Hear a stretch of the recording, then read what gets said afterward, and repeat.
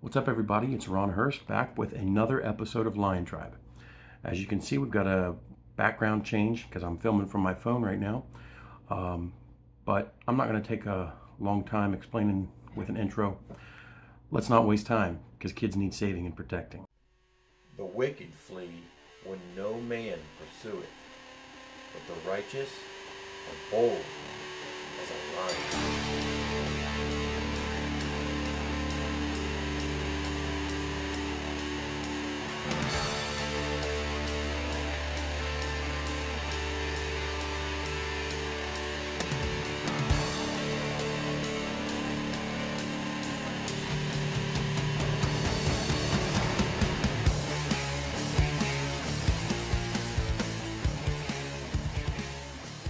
Okay, so I'm jumping right into this. I'm just dedicating this whole episode to showing you all some content that I gathered and that some other people gathered at the West Virginia Capitol on Health Freedom Day on Wednesday, January 21st. Here you go.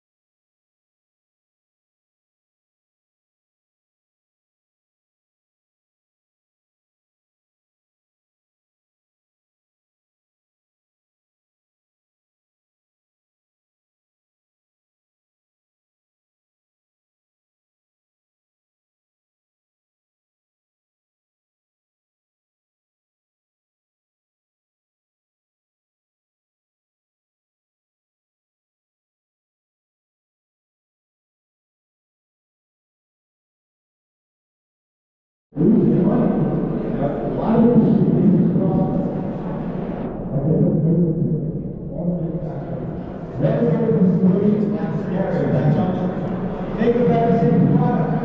Instead, Congress is something unprecedented. It said it's okay, you can keep selling your products. We're just going to keep using not just for their products, but for every other vaccine which you develop around the vaccines. And that is why when they do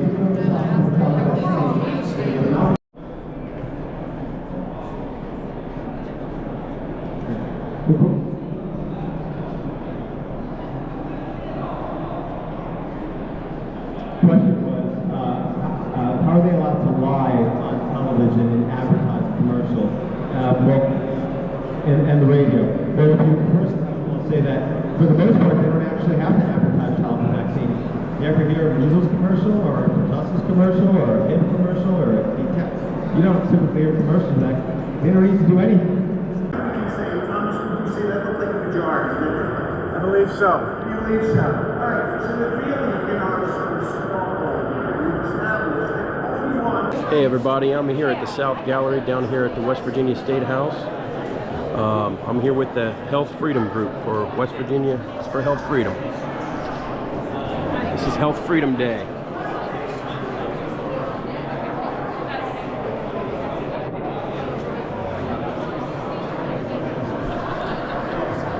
West Virginians for Health Freedom Commitments, if they'll all stand. Jennifer Painter, Dr. Moss, his beautiful wife Marlene Moss, Heather Cody, former delegate Shana Atkins, and so many more parents and children. If the House would please make them all welcome.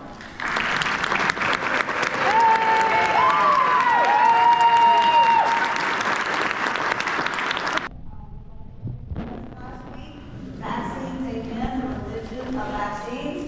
Please take a moment and make him feel welcome, and if you get a chance, please talk to him today.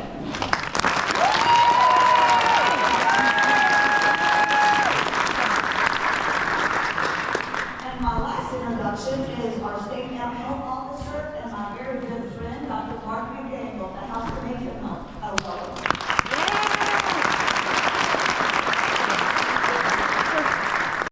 Okay, and I was thankfully able to interview a handful of people who were there that day, and I'll let you hear in their words why they were there, what motivated them, and why they support health freedom.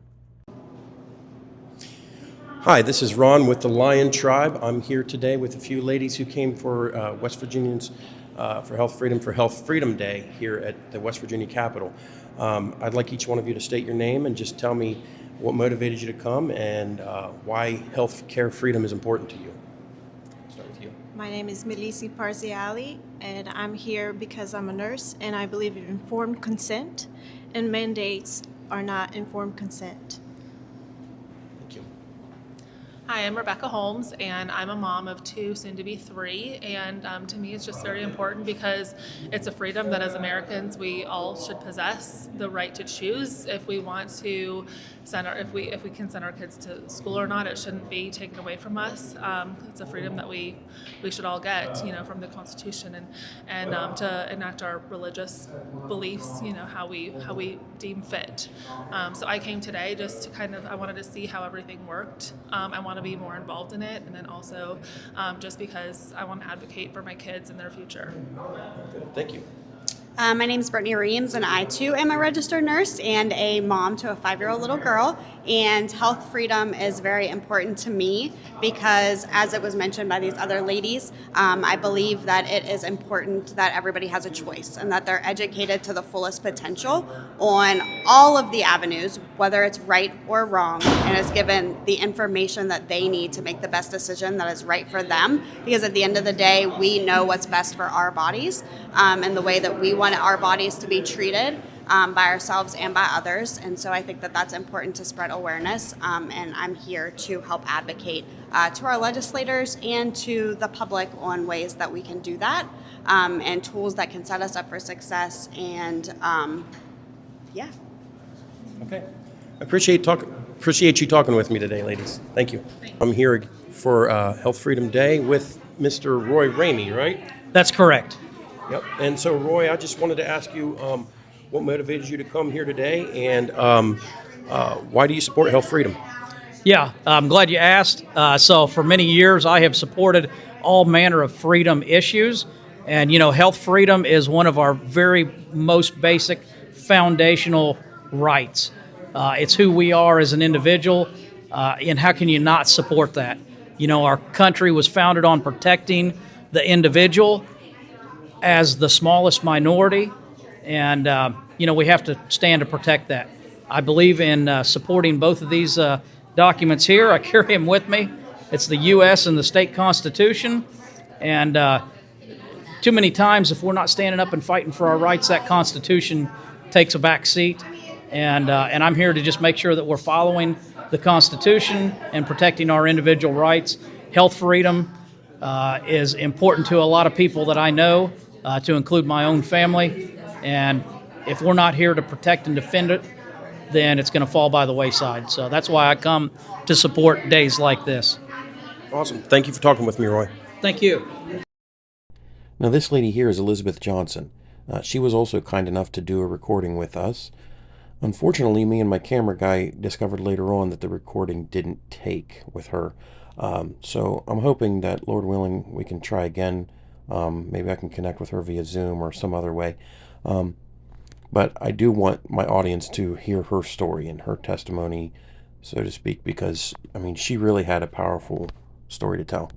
I'm here with a family, and I wanted to ask them to state their names and tell me what motivated them to come here today and why they support medical freedom. I'll start with you, sir.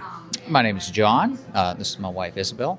We support medical freedom because of the oppression that it causes. Our children have a right to education. They have a right to further outside of the home or outside of the homeschooling what we're capable of doing. And in order to do that, sometimes you have to send them to a school. And with the vaccine oppression, that's what this is, we're not able to send him to the school that he wants to go to pursue his career of choice. And he was engaged earlier this year. He went for a couple months and then got the letter, hey, you can't come to school no more. They overturned it, and on December, I believe it was, he got to go back to school for 1 day. Kicked him out the very next day because he didn't have the vaccine. And so we heard about this group, we heard about the meetings that were happening, and we wanted to participate. Let our voice be heard too, or come to see all the other voices that are coming together to support this, because this is supposed to be the land of the free, and here we are under all this tyranny and oppression. And it's really constraining our youth. It's constraining what they're capable of doing, the heights they're able to achieve. It's putting all that in handcuffs, basically. And so we're here to support the freedom for our children to pursue their happiness, their career choice, without the confines of vaccines, without those restrictions on them. And my wife, she feels the same way. Yeah, now we don't believe in, doing that and injecting things into our bodies, but I fully am okay with other people doing that. And I'm very supportive of the freedom thing, because if that makes them feel better and that's what they want to do, that's okay. But we religiously, we don't eat certain things. We don't eat red 40, we don't eat pork because of what the Bible says. So, we cannot in any good conscience in any way inject things like that into ourselves. There's definitely human tissue. There's definitely eagle and all kinds of crazy things that I was reading on the actual package inserts for the vaccine. So no way in good conscience could we take them. And so just being able to have that freedom, to not have that inject, they don't make us eat things. So why would they make us inject things into ourselves? And and our son, it was really awful. He was at the technical center, and it was hard for him. But he said, I'm not ever going to take that stuff in my body, Mom. So, even though he's a minor, he still has that knowledge that doing what he feels his conscience telling him to do, and to be able to have the freedom to do that. It feels like an honor to be able to stand up for this, even though it was also, kind of hard. So. I appreciate both of you coming today. Thank you very much. Appreciate you taking the time and making these videos. It's a blessing. Thank you. I'm here today with Kimberly Nunley. Kimberly. Nice to meet you. I just wanted to ask, why are you here today for Health Freedom Day, and what motivates you to support the healthcare freedom? I don't understand why it's not a given that we have that freedom. They call us a free country. They call us free citizens, but then mandate that we inject our children with neurotoxins. So religious, medical, whichever it might be, we have a right to choose. Everyone has a right. I wouldn't tell anybody else that they couldn't have the vaccine if they wanted it. I don't expect them to tell me I have to. So I'm here in support of my child that has been kicked out. We had a federal exemption. We came to West Virginia. It was accepted fine, no issues in North Carolina. It'd be accepted in 48 other states, but we came here and it was rejected. So we did their process. We applied for a West Virginia exemption, and we got turned down with 4 pages of medical evidence that it affected my child in an adverse. It took us almost 2 years to recover, and because he didn't die, they denied it. So I got a religious exemption because the governor had put out the EO while I was waiting on my medical exemption. So I went ahead and got it because I believe God gave me that little soul, and with it came an intuition, a mother's intuition that tells me what's best for him. And I'm not going to go against that. When I hear a vaccine is dangerous, or when I see a vaccine is dangerous, if my soul tells me not to do that, I'm not going to do that. And every mother has that right. And I don't think it's any man's position to take that away from us. And that's exactly what they've done. And it's not, they're trying to say the herd immunity, it's not affected by the few that choose not to. They're fear-based, and they want to vote the way their district is. They want to make most people happy so that they get the votes that they're looking for, but that's not their job. Those people are too busy paying the power bill or feeding their kids to do the research that mothers like me will stand back and do after I've seen my child. And he has 122 doses of this medicine in him, 30 injections. I just did what they did. I did it because the doctors told me to, until I stepped back and looked at it and said, wait a minute, what have I done? Because I took him there. I listened to them because they had a white coat. They went to school, they should know better than me. That's not true. That child is yours. You have the right, you know best. So I did the research, and they're awful. They're awful. The insert that they hide from you, if you go online and try to look it up, you got to dig and dig and dig. They hide it. They don't want you to know. And then they have words for them, like the aluminum. It's a whole different word, but until you look it up and find out that it's an aluminum salt and it's just a binding agent. And they say, well, it's so minuscule you won't know. It's not going to affect them, and it'll process it. But you give that same 70 times, it collectively makes a lot. And it's causing neurological issues. It's causing, I know that autism is up in the air right now, and they want to say causation and correlation don't equal. To me, it does. Common sense would tell you it did. But the fact that it's a question, that's enough. That's all I need. I'm staying away from it. So I'm here to just other parents like me that don't have time to be here because they're at work today, hoping that people like us can make a difference. So I'm here to make that difference. Awesome. I can tell you are very passionate about this cause, and I really appreciate you coming out today. Thank you. Thanks for asking me. I'll preach it to the top of the mountain if I can. Okay, now I'll go. Hi, my name is Ron Hurst III. I'm a father, I'm a husband, I'm a nurse, and I'm a minister. Before I proceed, let me add this little disclaimer. I am speaking my own personal views right now. I am representing no organization, no healthcare group. I am representing no church. This is me speaking as I myself. I firmly believe that all of my rights come from God, that my family's rights come from God, and that applies to every single human being. I'm an American, and I know that my rights are written down in the Constitution, the U.S. Constitution, and in the West Virginia Constitution. I know that the government has no right, no written permission to force or coerce me or my family to take products into our bodies that we do not believe in taking. They can't force any religious test upon us. And you see, even in the nursing profession, not just nursing actually, in all of healthcare professionals do not have the ability, they do not have the right to force alert and oriented patients to take things against their will. That's called a principle of autonomy. People have autonomy over their own bodies. And for those who are medical decision makers, they have the right to decide what goes into or doesn't go into the bodies of their loved ones. But unfortunately, when you mix healthcare with government and healthcare with education, what you have is government coercion.